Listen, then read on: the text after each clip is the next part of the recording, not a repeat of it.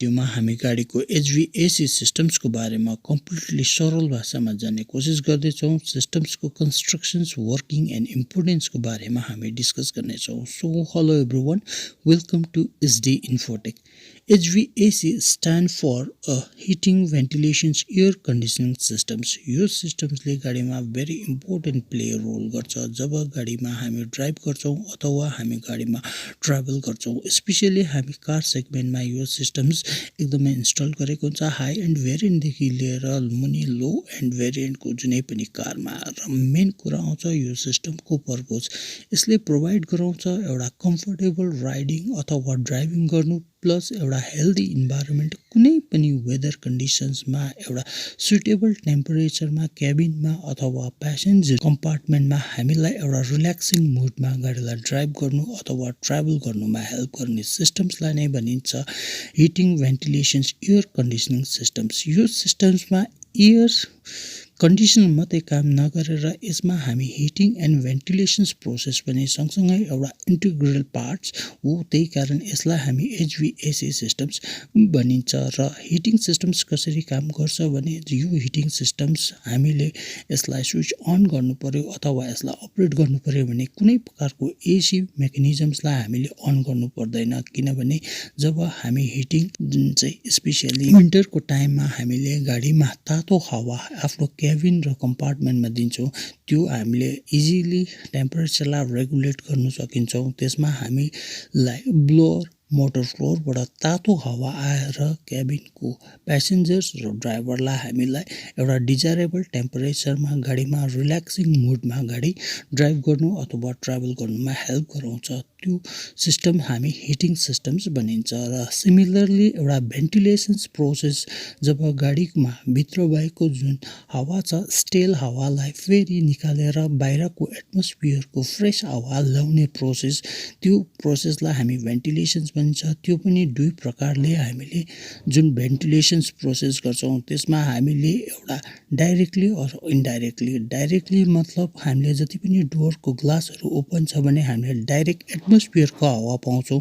त्यसरी नै हामीले डोरको ग्लासहरू सबै बन्द गरेको छ, जब भित्रको हावा सर्कुलेसन गर्नुको लागि त्यो जुन स्टेल हावा छ त्यो बाहिर निकाल्नुको लागि एयर ब्लोअरको थ्रुबाट हामीले बाहिरबाट फ्रेस एयर कवल टपको थ्रुबाट ड्यासबोर्डबाट एयर भेन्टबाट हामीले पाउँछौँ। त्यो सिस्टम्सलाई नै हामी भेन्टिलेसन्स भनिन्छ। र एयर कन्डिसन सिस्टम्स कसरी काम गर्छ? एयर कन्डिसन सिस्टममा धेरै जस्तो पार्ट्सहरू एकअर्कामा मिलेर completely air condition systems work गर्छ।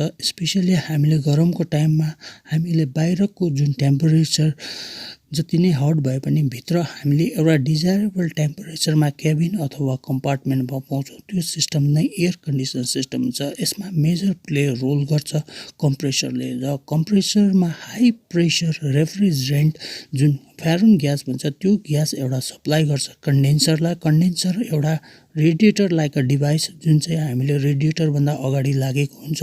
त्यसले हाई प्रेसर जुन रेफ्रिजरेन्ट छ त्यसलाई एउटा कुलिङ गराएर त्यो प्रेसरलाई अलिकति चिसो बनाएर त्यो लिक्विड अथवा रेफ्रिजरेन्ट फेरि एउटा ड्रायर रिसिभर्सलाई पास गराउँछ। त्यो ड्रायर रिसिभरले जुन कुलिङको जुन मोइस्चर छ त्यो मोइस्चरलाई यसले एक्जर्ब गर्छ र कतिवटा एउटा इन्फ्युरिटिजहरूलाई यसले एक्जर्ब गरेर कुनै प्रकारको जुन लाइनमा चोक नहोस् भनेर फेरि एक्सपेन्सन भाल्भलाई जुन हाई प्रेसर रेफ्रिजरेन्ट छ त्यो पास गराउँछ। त्यो पास गरेको एक्सपेन्सन भाल्भबाट त्यो एक्सपेन्ड भएर त्यसको प्रेसर लो भएर त्यो फेरि एउटा लिक्विड रेफ्रिजरेन्ट एउटा इभापोरेटर अथवा हामी यसलाई एउटा कुलिङ कोइल पनि भन्छ, त्यो कुलिङ कोइलमा जान्छ। र कुलिङ कोइल एउटा हिट एक्सचेन्जर डिभाइस हो जसले एउटा हाई प्रेसर लिक्विडलाई एउटा भेपरमा कन्भर्ट गरेर जुन एयर भेन्टबाट हामीलाई ड्राइभर क्याबिन र कम्पार्टमेन्टमा एउटा चिसो हावा दिने काम गर्छ।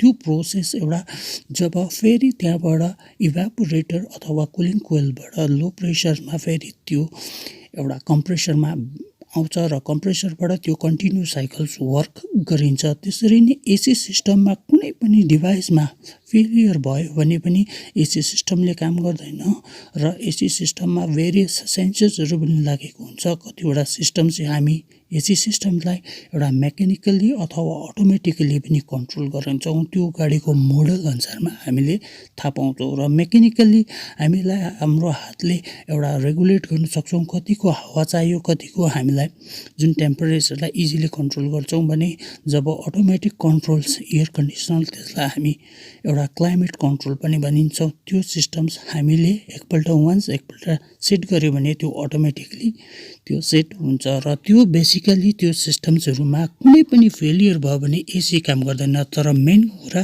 हिटिङ एन्ड भेन्टिलेसन प्रोसेस गर्नुको लागि एसी अन हुनु जरुरी होइन र यस सिस्टमलाई एसयुभी गाडीहरूले अटोमेटिकली क्लाइमेट कन्ट्रोल सिस्टम्स भनिन्छ जसले फुल्ली अटोमेटिकली वर्क गर्छ। कतिवटा एसयुभीजहरूमा हाई फ्रेगमेन्टको पर्फ्युम र एयर प्युरिफायरको फेसिलिटिज केबिन र कम्पार्टमेन्टमा दिन्छ जसले गर्दा एउटा कम्फर्टेबल फिलिङमा रिल्याक्सिङ मुडमा गाडीमा ड्राइभ एन्ड ट्राभल गर्नुमा हेल्प गर्छ। यो थियो आजको भिडियो। काइन्डली मन पऱ्यो भने लाइक गरिदिनुहोस् and subscribe this my channel. Thank you so much.